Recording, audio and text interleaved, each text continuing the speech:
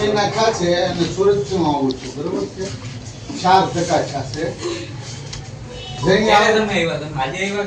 હું આજે આવ્યો સુરતથી બરોબર બપોરનો આમનમ છું ખાતો નથી હજી મેં પણ જમ્યા હોય ને 2 થી 3 તો રિસેસ હોય કાકા 2 થી 3 લાઈન હોય મારા બાપ આ મારે ભાઈ જો તમે તમારી ચિઠ્ઠી આપી દીધી તો નીચેથી ચિઠ્ઠી લેતા નથી લોકો, ચિઠ્ઠી નથી લેતા, ચિઠ્ઠી અમને પાછી આપે છે. મારે ભાઈ નીચેથી બોલાવો કે એક દિવસ હું કાલે આવ્યો તો અહીંયા સાહેબ મને 90 નંબર બોલાવો તો ડાબર ભાઈ ને કેમ ચિઠ્ઠી નો લે? ભાઈ ચિઠ્ઠી તમે ક્યારે કેમ નો લીધી? લે તે ચિઠ્ઠી મારી પાસે ખાલી આજે તો બધા એક મિનિટ સાંભળો. તમારી જેમ રોજ અહીંયા છે ને 100 જણા આવે છે, દરેક ની ચિઠ્ઠી લે છે, રોજ દાખલા છે ને 80-90 લોકો દાખલા લઈ જાય છે, એનો રોજનો રિપોર્ટ મારી પાસે આવે.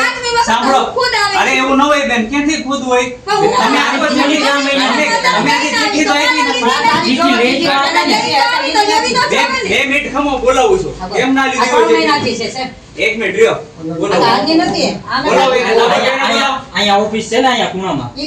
સાંભળો ભાઈ, હા ત્યાં છે ને જૂના જે દાખલાઓ પેન્ડિંગ હોય ને એના માટે ઈ ઓફિસ અલગ કરી છે જેથી સાંભળો બેન, પેલા સાંભળો.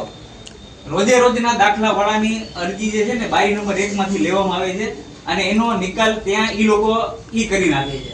હવે વાત ઈ રહે છે કે 10/4 પહેલાના જે લોકોની અરજીઓ આવી હતી અહીંયા બરોબર, ઈ વધારે સંખ્યામાં પેન્ડિંગ રહી ગઈ હતી. એનું કારણ ઘણા બધા હતા. વચ્ચે મહિનો પોર્ટલ બંધ હતું અને કેટલા ઇસ્યુ હતા. ઈ બધા પ્રશ્નોના નિકાલ થાય એટલે અલગ એક ટીમ બનાવી અને બધાને પાછળ શિફ્ટ કર્યું. જેટલી પેન્ડન્સી હતી ને એ દાખલાની આખી અલગ ટીમ પાડી છે કે જેથી લોકોને જૂના વાળા અહીંયા ફોલોઅપ લઈ શકે, એને ખબર પડે કે ભાઈ મારી અરજીનું શું થયું છે. અને પછી આ એવી સૂચનાથી અલગ બારી ખોલી છે કે જે અરજદાર આવે બરોબર એ ચિઠ્ઠી બતાવે, એનો દાખલો થઈ ગયો હોય તો એને તરત દાખલો દેવાનો હોય અને જો ન થયો હોય તો એને કહેવાનું કે ઈ જ દિવસે સાંજ સુધીમાં એનો નિકાલ કરવાનો હોય. આ રીતે સાંભળો બેન, તમે હજી નથી દીધો તો આ બીજા કેટલે હું તમને રજીસ્ટર બતાવીએ કે ભાઈ રોજ કેટલા માણસો આવે છે અને અમે રોજ કેટલાને દાખલા ઇસ્યુ કરી છે. એટલે આ વ્યવસ્થા ઉલટાના અહીંયા વધારાના લગભગ 8-10 જણાને વધારે અપોઇન્ટ કરી અને જે લોકોને પેલા હેરાનગતિ થતી હતી ને એ બંધ કરવા માટે અહીંયા વ્યવસ્થા 2 બારી કરી છે. બાકી એક જ રૂમમાં પેલા કામ થતું હતું. સાંભળો, હવે બીજું કે તમે આવ્યા હોય કેટલી વાર આવ્યા મને નથી ખબર, બાકી 10/4 તારીખ પછીથી કોઈ માણસ આવ્યું હોય બરોબર, એના દાખલાનો નિકાલ થઈ જ ગયો હોય છે. તમે અત્યારે આવ્યા છો, સાંભળો, તમે હજી ચિઠ્ઠી તમને અત્યારે લેવાની ના પડી એમ તમારું કહેવાનું છે. ચિઠ્ઠી પાછી આપી દે છે ચિઠ્ઠી. હવે એક મિનિટ બેન મારી હવે કર્મચારીને બોલાવવા દો. એક મિનિટ હવે કર્મચારીને બોલાવવા દો. કેમ ઈ ચિઠ્ઠી સર મારી એક વાત સાંભળો છો. મારો 9મા મહિનાનો દાખલો બનાવવા આપેલો છે. હું કાલે આવ્યો એટલે મને એક ભાઈ 90 નંબર લખી દીધો. મને કે સાંજે આવજો 5 વાગે.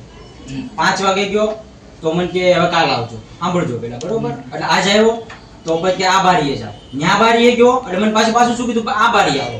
ઈ બારીએ ગયો તો પેલા ભાઈ તમને એક વાર તો કીધું કે આ બારીએ જવાનું. તો આનો શું નિકાલ? અરે ભાઈ જો બાજુના ટેબલ ઉપર દાખલા જે તૈયાર થઈ ગયો એની દે છે ને ચિઠ્ઠી કેમ નથી લીધી તમે ભાઈ? અત્યારે આ ચિઠ્ઠી તમને લેવા માટે સ્પષ્ટ સૂચના છે કે અરજી લઈ લેવાની અને એનો નિકાલ કરવાનો હોય તો શું પ્રશ્ન આવે? આ મારી ચિઠ્ઠી તો સાહેબ કોઈ નાખી મારી ચિઠ્ઠી તો ભાઈ ખોવાઈ ગઈ તો એનો મતલબ નિકાલ નો થયો તો ડોક્યુમેન્ટ આપી દો. તો અત્યારે આવ્યા છો તો તમે ડોક્યુમેન્ટ આપો તો એનો નિકાલ થાય. 2 વાર સાહેબ ડોક્યુમેન્ટ. અરે ભાઈ અત્યારે તમે આપો ને એટલે તમારો નિકાલ થઈ જાય. શું કરો તમે? માંગી છે આ ભાઈને વિડિયો ઉતારો હવે થોડો ઉતારો. તો ભાઈ ઉતારો કોઈ પણ. અત્યારે અમે વ્યવસ્થા પૂરતી અત્યારે કોઈ પેલા 5 જણા હતા એની જગ્યાએ અત્યારે 13 જણા મૂક્યા છે. છેલ્લા 1 મહિના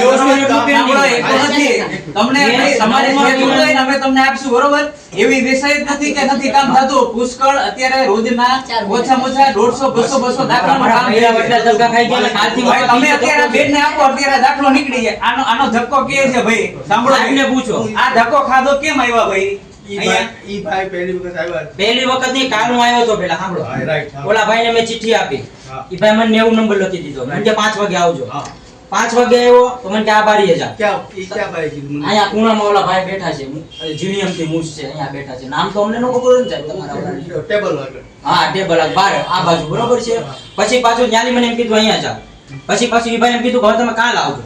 આજે હું અત્યારે આવ્યો તો આ ડાયરેક્ટ અહીં બારીએ ગયો. દિવસે આપી હતી ક્યારે આપી? કાલે એકી હોય તો એનો દાખલો થઈ ગયો હોય તો પછી તમારે અહીંયા ઓલા ટેબલે દાખલો હજી 84 નંબરનો દાખલો નહોતો આવ્યો સાહેબ. 84 નંબરનો દાખલો નહોતો આવ્યો તો 90 નંબરનો દાખલો ક્યાંથી પીનો હોય? ભાઈ તમે ભાઈ ખમો ભાઈ આપી દેશે ઈ અને પણ એને પહેલા તો તમે ચિઠ્ઠી લેવાની ના પાડી ઈ શું કામ? કોઈ ના નથી પડી સાહેબ. આ લોકોના હાથમાં કેમ ચિઠ્ઠી છે? લેતાય નથી એવું છે જો લેતા જ નથી. લેતાય નથી ને સાહેબ બોલો સાહેબ મારી એક વાત સાંભળો ના લે છે પણ જોઈને પાછી આપી દે. એક મિનિટ. કોઈને તમે પાછી મને કાલ 2 વાર જો તો પાછી મોટા આપી, ભાઈ. તમે લીધી નથી ચિઠ્ઠી. ભાઈ એવું નથી જો આવો ન લેતા હોય તો અહીંયા ફો અરજી નો આવે ને. એમ તો નથી કોઈ સાહેબ. અરજી જ નો આવે. તો મારી ચિઠ્ઠી કાલ મને કેમ 2 વાર પાછી ભાઈ આપી? તમારો ચોપડો નીચેથી ફોન કરીને મંગાવો કેટલા જણાની આજે તમે ચિઠ્ઠી લીધી? હા, એ તો એમની મારી ચિઠ્ઠી સાહેબ તો મને કાલ કેમ 2 વાર પાછી આપી? મને એ રીઝન જણાવજો. રીઝન તમારે ઈ ડોક્યુમેન્ટ માંગ્યા હતા તમારી પાસે? મારી પાસે ચિઠ્ઠી મારી પાસે પૈસા ભર્યાની પહોંચે છે, મેં પહોંચે ઈ ભાઈને આપી. એને મને 90 નંબર લખી દીધો. 70 રૂપિયા ભરેલા છે નગરપાલિકામાં. મારા બૈરા ભાઈ હતા, અમને નથી ખબર છે એના પીધા ઈ. 2 પહોંચની 2 વસ્તુ કાલ મેં એને આપી ત્યાં નીચે. એટલે એનું હું રીઝન છે તો સાહેબ તમને જ ખબર હોય, નીચે ખબર હા હોય. ભાઈ અમને ખબર હોય એટલે ત્યાં એટલે ઈ વ્યવસ્થા લોકો તમારું એ જેડ ગોઠવેલી છે ભાઈ. તમે સામાન્ય કોઈ માણસ ને અત્યારે હું આવ્યો સાંભળો છે. ભાઈ સૂચના સાંભળો, મુજબ તમે સાહેબ. ચિઠ્ઠી પેલા તો નથી લીધી. શું કામ નથી લીધી પેલા એનું મને ક્લેરિટી આપો. સર એક પેલા મારી વાત સાંભળી લો નાનકડી સર અહીંયા બરોબર. પછી અત્યારે મેં કીધું તો એ ભાઈ મેં કીધું ભાઈ કાલાવડિયાનો દાખલો છે 90 નંબરનો, કલાણીયાનો છે, કાળવતરનો છે, ઈ બધા છે ને કાલાવડિયાનો પણ મેં કીધું ભાઈ મારે કલાણીયા અને કાળવતરની યાર મારો દાખલો છે કે નહીં? તમે મને ઈ જવાબ આપો ને. હું જે મારો પ્રશ્ન ભાઈ લઈને તમે છે આવ્યો ને અત્યારે આ ચિઠ્ઠી મળે છે એટલે એવી આવ કોઈ વાત કરતું હોય ને ભાઈ આ તમે સાંભળો તો આ નીચે તમે રજિસ્ટરમાં ભાઈ એમને બતાવો કેટલા દાખલા ઇસ્યુ થયા છે ને ભાઈ એનું રેકોર્ડિંગ કરજો. જાઓ સાહેબ, તમે, હો. પોતે જ એનું છું ને. રેકોર્ડિંગ કરજો અને તમે એનું રેકોર્ડિંગ કરો. આપણે કરો એનું રેકોર્ડિંગ. ભાઈ આપો દાખલા કેટલા ઇસ્યુ થયા છે. રોજના 130-40 જણા તો દાખલા લઈ જાય છે અને બીજા 40-50 એવા હોય કે દાખલા તૈયાર થયેલા લોકો લેવા નથી આવતા. સિસ્ટમ પ્રમાણે હું કહું છું, મારી સિસ્ટમ નહીં. ન્યા બારીએ ગયો ઈ બારીએ કે ભાઈ પાછું તમારે બાજુમાં જ જવાનું છે. હું તમને એમ સમજો અહીંથી એમ બાજુમાં દાખલો મળે છે તમે એ લોકો દાખલો તો મને લે છે. આપ્યો જ નથી કાલે. અરે ભાઈ તમારી વાત નથી બીજા પણ જેના નહીં આપી ગયા હોય એના- હું મારો પ્રશ્ન કરું આ તો નહીં થયો હોય તો ના નહીં ના થયો નથી પાડી મને, નાય નથી પાડતા ને આય નથી પાડતા. તમે જાઓ નીચે અહીંયા જે થઈ ગયો છે એ આપી દેશે ભાઈ ડાબર ભાઈ જાઓ.